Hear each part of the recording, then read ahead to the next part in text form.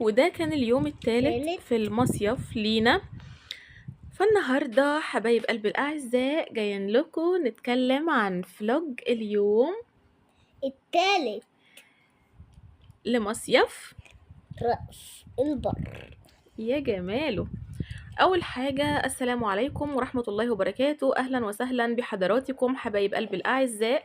يسعدنا ويشرفنا اشتراككم ودعمكم لنا في القناة ليصلكم كل ما هو جديد فضلا وليس أمرا. اللي أول مرة يشاهدنا احنا قناة مودي قلب دودو أصحابها مودي ودودي. لا طبعا أصحابها بصوا من بقى جنب أبوه. طبعا بيقول لكم مودي، بصوا مودي ماشي جنب باباه. وهنا كنا قمنا من النوم لليوم الثالث.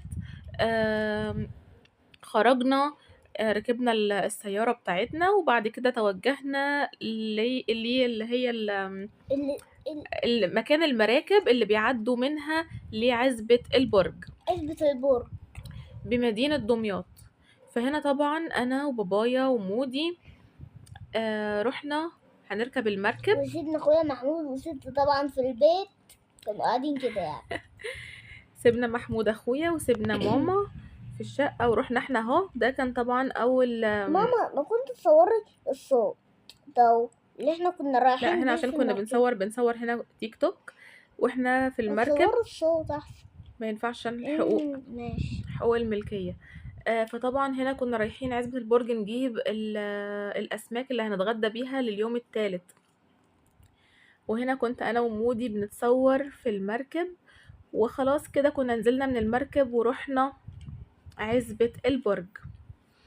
طبعا كنا داخلين على السوق علشان نشتري الجمبري والصبيط بتاعنا. هتشوفوا الوقت الأجواء الجميلة. أتمنى لو الفيديو عجبكم ما تنسوش لايك، بعد إذن حضراتكم تعليق محفز لقناة مودي قلب دودي، وبعد إذن حضراتكم اللي مش مشترك في القناة يشترك ويفعل زر الجرس علشان يوصلكم كل جديد بننزله فضلا وليس أمرا. ده السوق اللي كنا ماشيين فيه. وطبعا رحنا ناحية سوق الأسماك، المكان اللي بيكون كله أسماك. في هناك كل أنواع السمك، لكن طبعا الأرخص والأجمل إن انتوا تخرجوا الساعة 4 الفجر تروحوا عزبة البرج في المكان اللي بيصطاد، يعني في مكان الصيادين، وبتشتروا شروة سمكية. يعني ممكن تشتروا شروة جمبري. بسم الله. احنا كنا طالعين بره كان الجو نار. احنا اخدنا الجمبري ده كل الجمبري. فاكر بيبقى فيه هوا فيه الجمبري استنى يموت وده بيحطه. احنا اخدنا كل الجمبري اللي قدامه ده. كان وقتها 4 كيلو ونص اخدناه. وطبعا اخدنا كمان صبيط، اشتريت صبيط من شخص اخر قبله كده بشويه اللي هو ده اللي كنت واقفه عنده. وهنا حبايب قلبي خلاص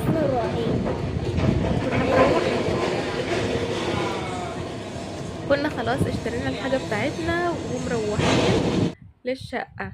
فخلاص دي تاني مرة نركب المركب فيها، واحنا كنا راجعين من عزبة البرج لمدينة رأس البر وبنسجل للتيك توك. بصوا بقى اللي جاي اتنطمن.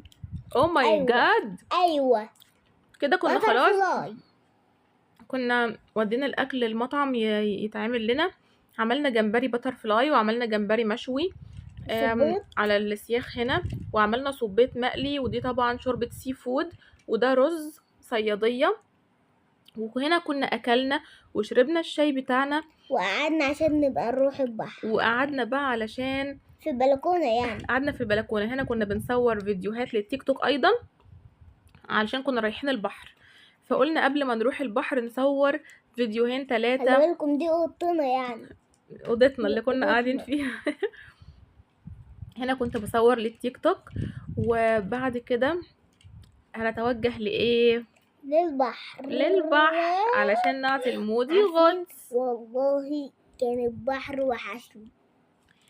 يتي اوديكي تاني يتي حبايب قلبي. استنوا كده هتلاقوا حاجه جايه.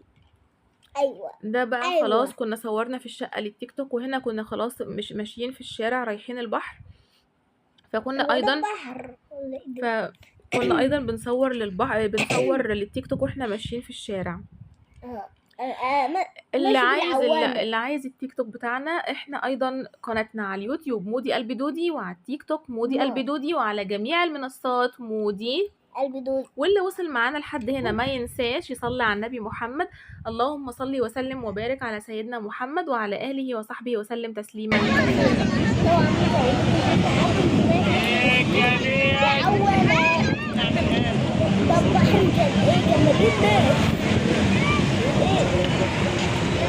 طبعا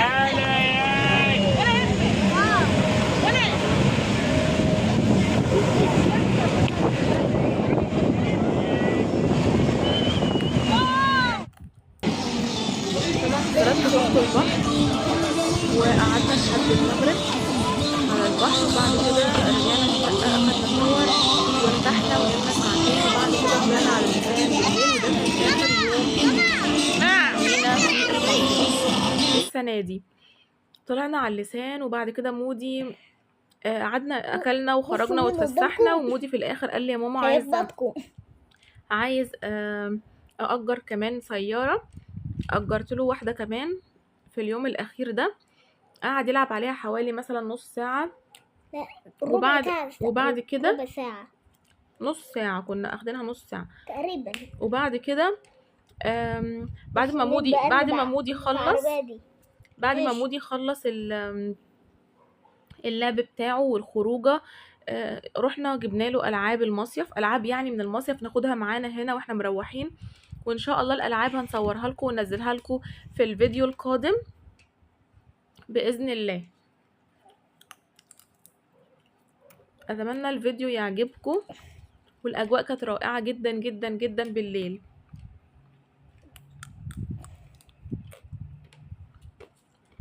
تعالوا كلوا معانا لب يا شباب.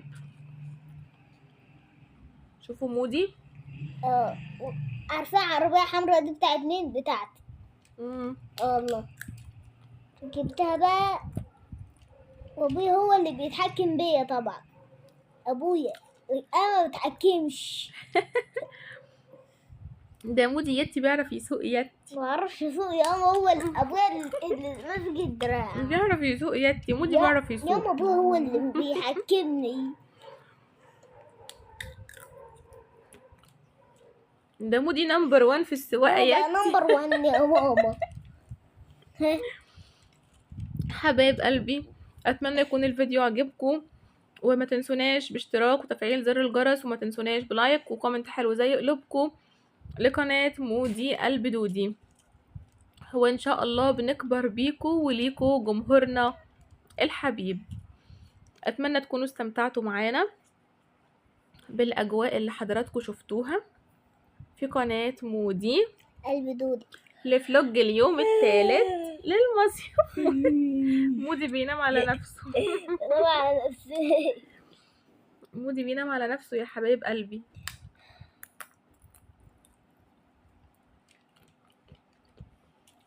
كانت خروجة حلوة وكان يوم رائع، وان شاء الله الفيديو القادم هنزل لكم احلى العاب.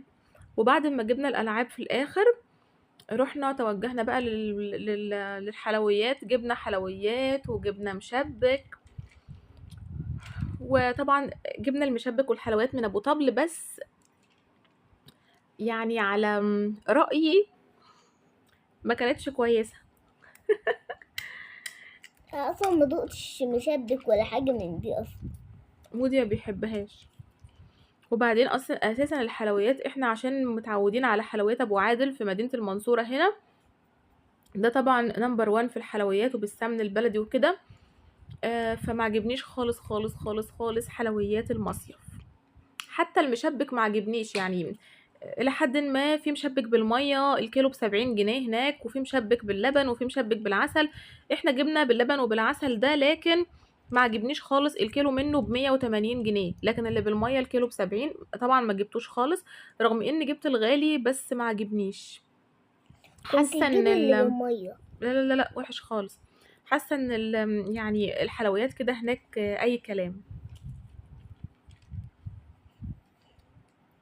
طبعا انا كنت واقف كده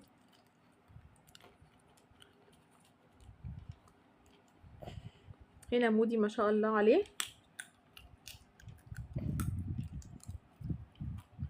ماشي يتفسح براحته. فسح يا ماما، فسح ايه؟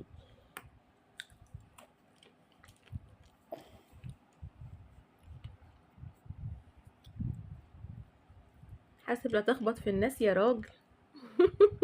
هو ابويا اللي بيحكمني، منه ايه؟